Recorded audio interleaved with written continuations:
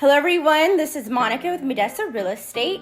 In today's video, I'm going to be going over some general information on the most appealing loan for first-time homebuyers, the FHA loan. The FHA loan, known as the Federal Housing Administration, is a government-backed loan that was designed to make purchasing a home easier for the average consumer. The FHA is not only for first-time homebuyers. If you are a current homeowner, you can still apply for the FHA loan. The FHA loan requires a minimum of 3.5% down of the purchase price and a minimum credit score of 580.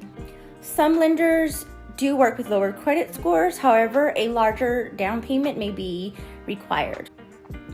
With the FHA loan, the condition of the home has to pass the FHA guidelines in order for the loan to be completely funded.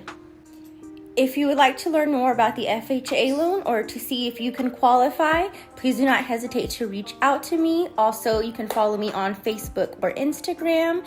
And I hope you guys found this video helpful. See you in the next video.